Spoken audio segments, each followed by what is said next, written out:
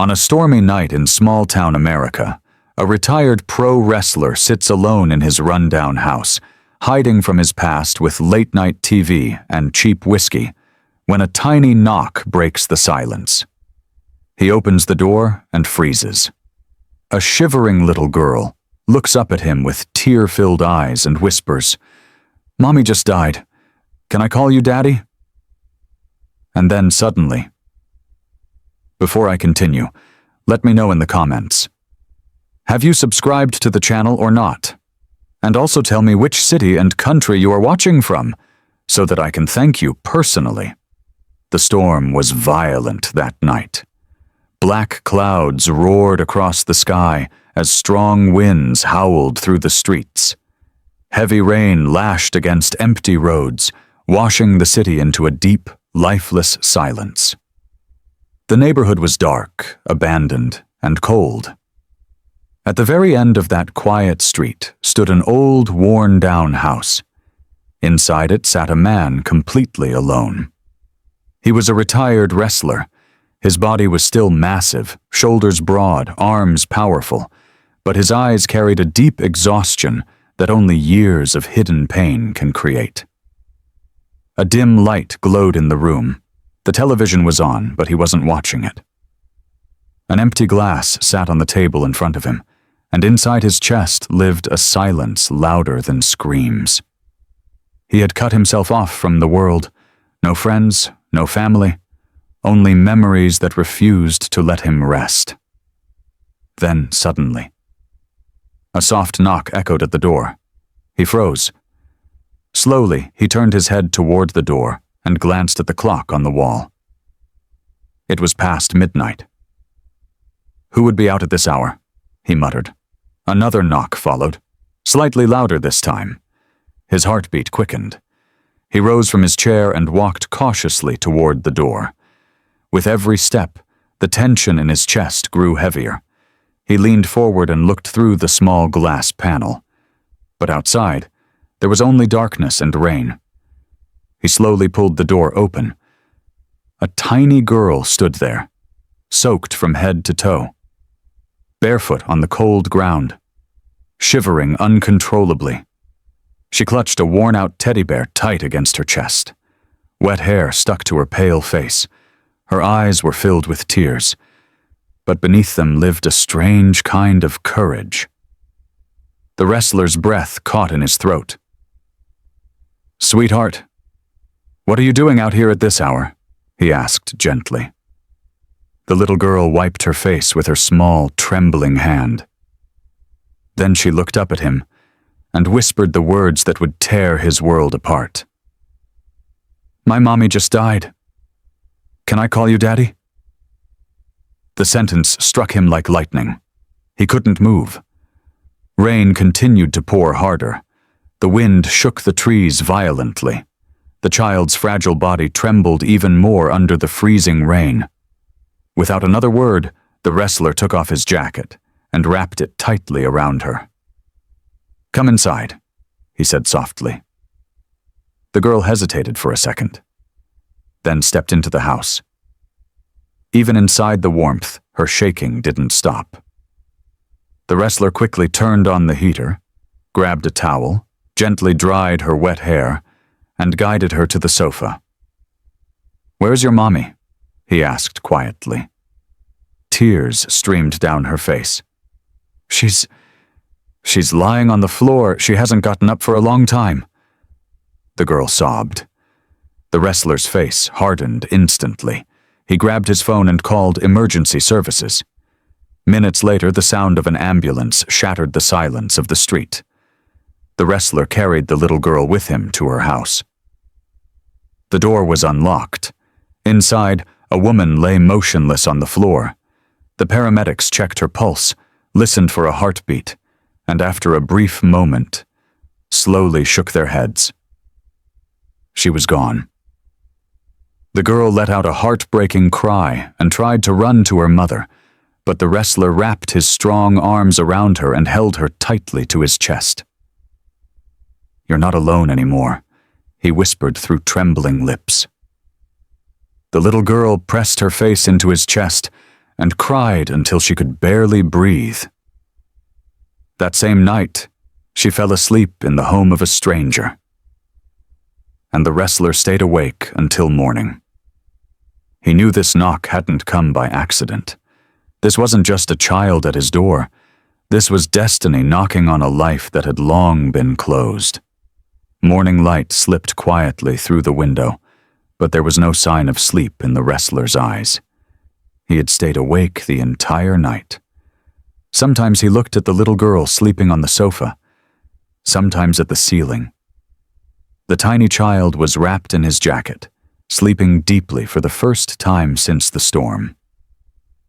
Despite the fear she carried, there was a strange peace on her face now. The wrestler stood up softly so her sleep wouldn't break.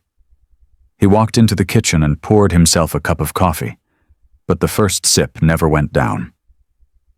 One question kept echoing in his head. What happens now?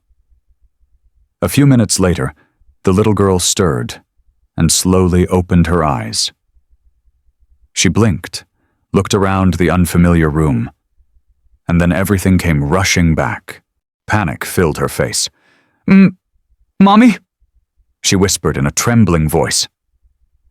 The wrestler rushed to her side and knelt in front of her. You're safe, sweetheart, he said gently. No one will hurt you here. Her lips trembled. Mommy isn't coming back, is she? She asked through tears. There was no easy answer. The wrestler slowly shook his head. The little girl broke down completely. It wasn't just the cry of a child who lost her mother. It was the cry of a child who suddenly felt alone in the entire world. The wrestler pulled her into his arms. His powerful chest became her shelter. She cried until her breathing slowed, and her small body grew tired against him. After a long while, when her sobs softened, he asked quietly, What's your name? Emma, she whispered. And how old are you, Emma? 6. His heart tightened painfully. 6 years old, and carrying the weight of a lifetime already. By afternoon, the police and social services arrived. Questions filled the small house.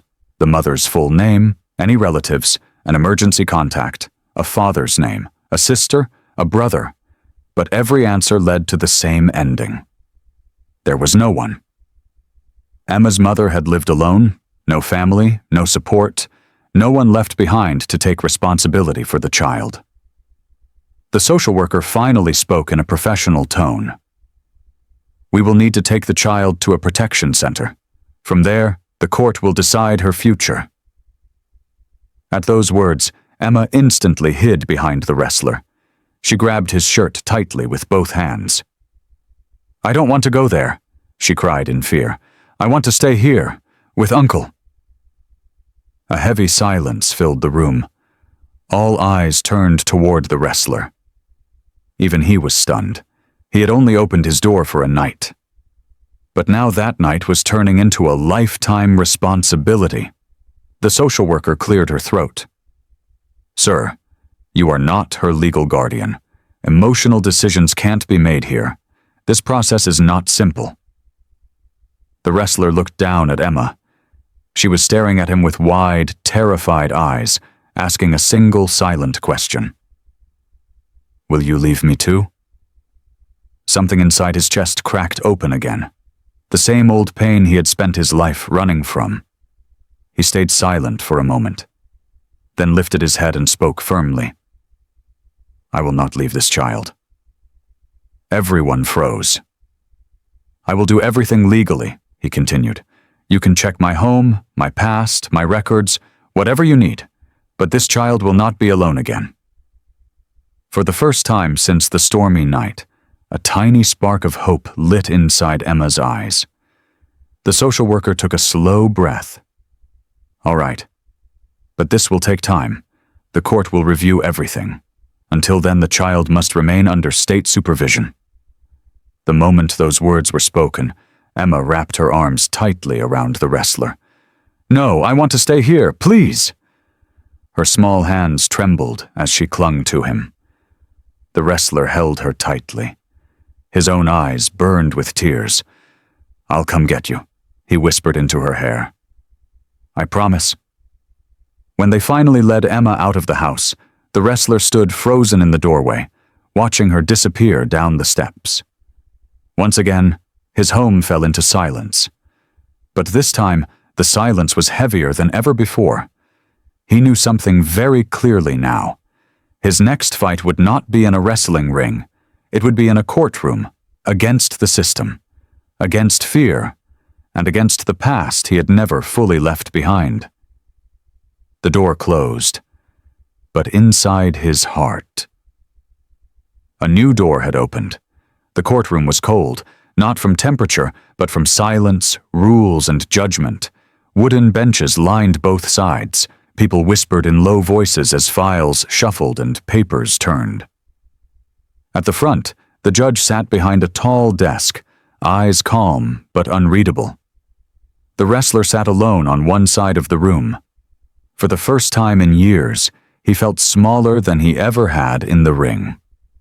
Across the room, a social worker sat beside a lawyer, and between them, on a far bench, sat Emma. Her feet didn't even touch the floor. Her small hands were folded tightly in her lap. She kept looking at the door, then back at the floor, waiting for him. When the wrestler entered, Emma's head snapped up, her eyes lit with fragile hope. He gave her the smallest nod. "I'm here," it said without words. The judge cleared his throat. "This is an emergency custody review," he said firmly. "We are here to determine whether the child known as Emma should remain under state protection or be considered for temporary guardianship." The social worker stood first.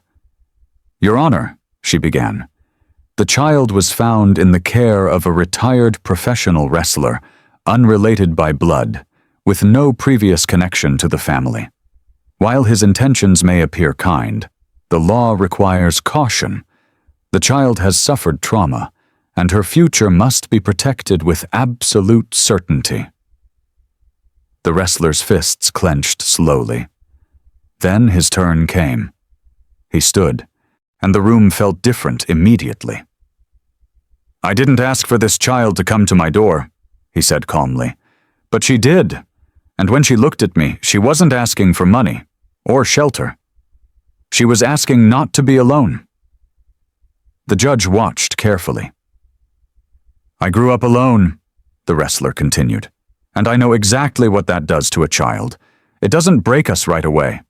It breaks us slowly." The other lawyer stood quickly. "Your Honor, with respect, emotions cannot replace background checks. This man has a violent professional history, wrestling injuries, alcohol records, a troubled past." The words hit hard. The wrestler lowered his eyes. The judge leaned forward. "Is that true?" "Yes," the wrestler replied quietly. "I had a bad past. I drank, I fought, I ran from pain. But that's not who I am now." A deep pause filled the room. The judge took a breath. "The court will require child services to perform a complete investigation. Home inspection, financial stability, psychological evaluation. Until then, the child will remain in state care." Emma's small fingers tightened together. Her lips began to tremble. The wrestler turned toward her, and in a quiet courtroom filled with strangers, Emma suddenly stood up. "I don't want to stay with strangers," she cried.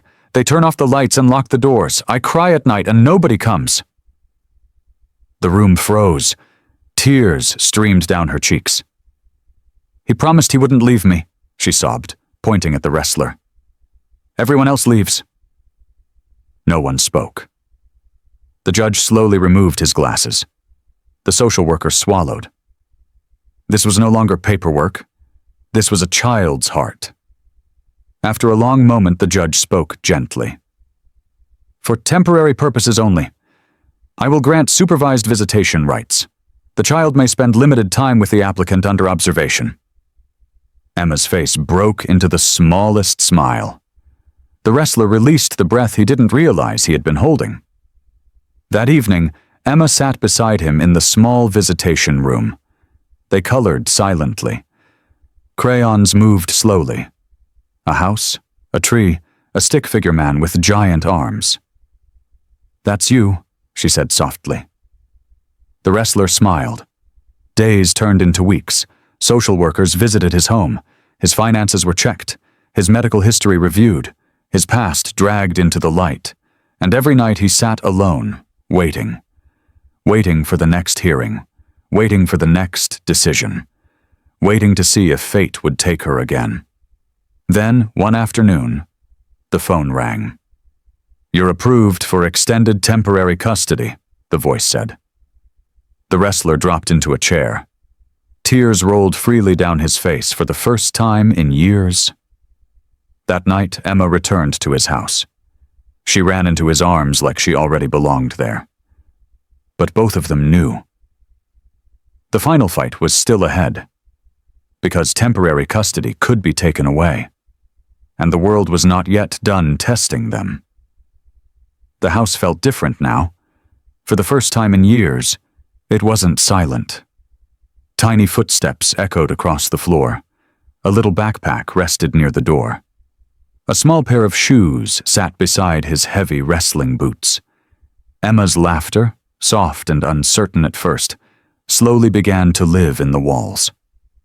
The wrestler tried to learn everything: how to make breakfast she would eat, how to braid her hair without tangling it, how to wake her from nightmares without scaring her more. Every night, she asked the same question before sleeping. "You won't leave, right?" And every night he gave the same answer. "I'm right here." But outside that fragile peace, the world was moving, and the past was awake. 2 weeks into temporary custody, the knock came again. Not like the first one. This one was official. 2 detectives stood at the door. The wrestler felt his stomach tighten as he stepped outside. "We're reopening an old case connected to you," one of them said. "A backstage assault from 8 years ago." His heart sank. "That was settled," he said firmly. "Charges were dropped." "Yes," the detective replied, "but new testimony changed things." Inside, Emma stood at the window, watching nervously. The wrestler lowered his voice. "Why now?" The officer hesitated. "There's a party pushing this hard, and coincidentally, they've also submitted a formal objection to your custody petition." The wrestler understood instantly. Someone wanted Emma taken away, and they were willing to use his worst moments to do it. That night, his lawyer spoke plainly. "They're trying to paint you as unstable, violent, unfit to raise a child." "She barely survived losing her mother," he said sharply. "Taking her again will destroy her." "The court doesn't care about emotions," the lawyer replied. "They care about evidence." The next hearing was brutal. Photos from his wrestling career were displayed. Bloody matches, broken bones, moments of rage frozen in time, medical reports, old rehab records, past bar fights. Then a man stepped forward. The same man who had once accused him years ago. "He's dangerous," the man said coldly. "Always was. Wrestling just gave him permission." The room filled with whispers. The wrestler didn't move. He only thought of Emma. That night, the nightmares returned. The wrestler woke to the sound of sobbing. Emma stood in the hallway, shaking. "They're taking me away again, aren't they?" she whispered. His chest tightened. He knelt down and pulled her into his arms. "No one is taking you," he said firmly. "But everyone always leaves," she cried. He rested his forehead against hers. "Then I'll be the one who stays." But promises don't stop court orders. 2 days later, child services arrived again. Temporary custody was suspended, pending final investigation. Emma screamed. She clung to his legs as officers gently tried to pull her away. "Daddy, please," she sobbed for the first time, using the word. "I'll be quiet. I won't be trouble." That word broke him. He dropped to his knees and held her face in his hands. "Listen to me," he said through shaking breath. "This is not goodbye. This is just the storm again." She was taken. The house returned to silence. But this time it was unbearable. The wrestler didn't drink. He didn't fight. He trained. Not his body. His life. He attended every anger management review they demanded. He met therapists weekly. He submitted to drug tests without protest. He opened every door of his past without hiding. Because this time, he wasn't fighting for a title. He was fighting for a child. Weeks turned into a month. Then another hearing was scheduled. This time something unexpected happened. Emma's school counselor asked to testify. "She's different with him," the counselor said. "She laughs, she sleeps, she trusts. When she was taken again, she stopped talking for 3 days." The courtroom shifted. Then another witness stood. The diner waitress who had once known his worst nights. "He used to scare everyone," she said honestly. "But I've watched him become someone I never thought he could be." Then the judge spoke. "This case is no longer about who this man was, but who he is becoming." The room fell silent. And for the first time, hope stood in the courtroom again. The days before the final hearing stretched like years. The wrestler trained every morning before sunrise, not with weights, not with strikes, but with discipline. Therapy sessions twice a week, parenting classes he never thought he'd attend, clean drug tests stacked in a file, anger management reports signed and verified.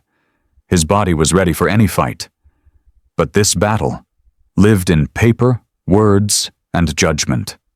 And Emma was waiting in a government care facility again. The final hearing day arrived. The courtroom was packed. Social workers, lawyers, reporters, strangers who didn't know a broken child was fighting for her whole future inside those walls. The wrestler sat in his seat, hands clasped tightly. He hadn't slept all night. Across the room, Emma sat with a caseworker. Her feet still didn't touch the floor. She wore the same blue sweater he had bought her on their first visitation day. When she saw him, her eyes filled with tears. He placed his hand over his heart. "I'm still here," he mouthed. The prosecution spoke first.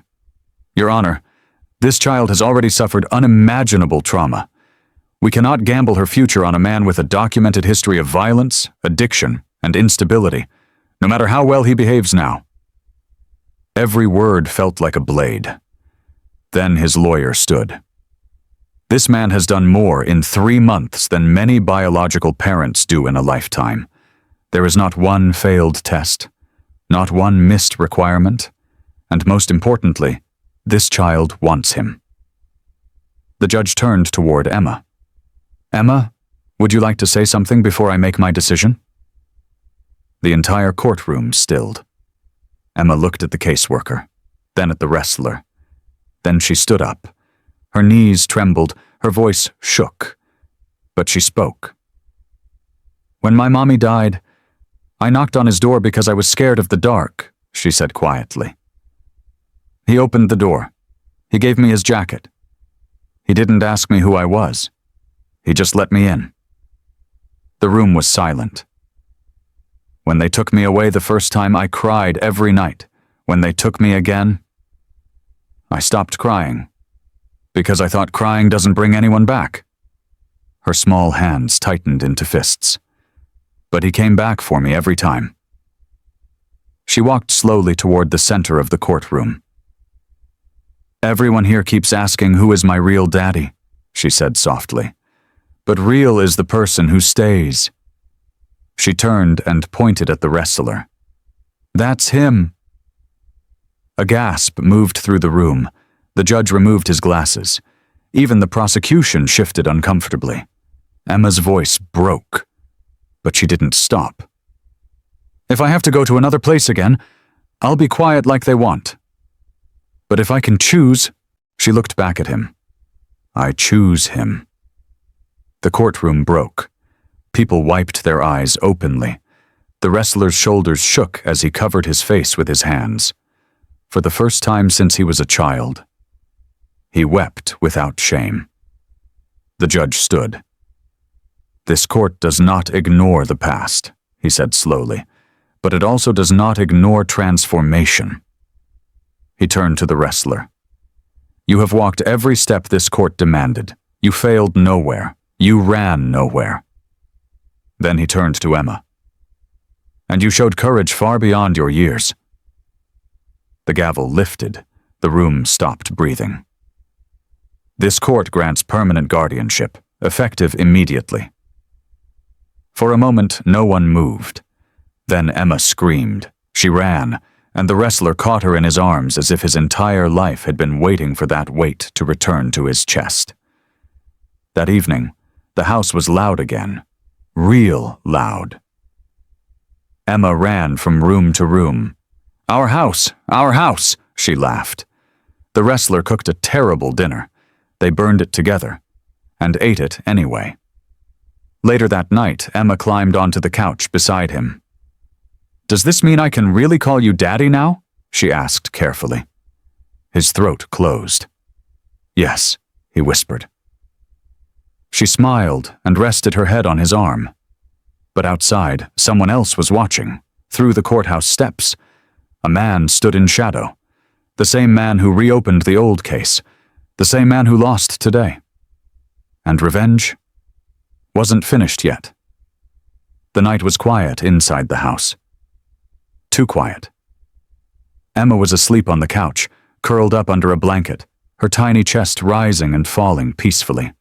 The wrestler sat nearby, watching her as he often did, still half afraid that if he blinked too long, someone might take her away again. For the first time in months, she was truly his. Legally, publicly, forever. Or so he thought. The crash came just after midnight. Glass exploded inward as the front window shattered. The wrestler sprang to his feet instantly, heart slamming in his chest. Emma woke with a scream. Before he could reach her, the front door burst open. 2 masked men rushed inside, and behind them stood the man from the courtroom. The same man who had reopened the old case. The same man who had lost. He smiled coldly. "You took something from me today," he said. "Now I return the favor." He nodded once. The masked men moved straight toward Emma. The wrestler became something else, not a fighter, not a champion, a father. He lunged forward, slamming into the first attacker with bone-crushing force. The second man reached for Emma. The wrestler caught him mid-step and threw him into the wall so hard the pictures fell. The man from the court pulled out a knife. "Step back," he hissed. The wrestler did not step back. He stepped forward. The blade slashed his arm. Blood rushed instantly, but he didn't feel it. He only saw Emma, frozen in fear, screaming his name. The man advanced again, and the wrestler ended it. One final Uder. The knife fell. The attacker collapsed. Police sirens flooded the street within minutes. The house was lit with red and blue. The attackers were taken away in handcuffs, and the man who tried to take Emma was arrested in front of her very eyes. As they carried him past, he looked at the wrestler with pure hatred. "This isn't over," he spat. The wrestler didn't reply. He had already won. Emma ran into his arms. Her hands trembled as they pressed against his bleeding arm. "You're hurt," she cried. He knelt down and smiled through the pain. "I told you," he whispered. "No one takes you from me." She buried her face into his chest. That night, she slept in his arms.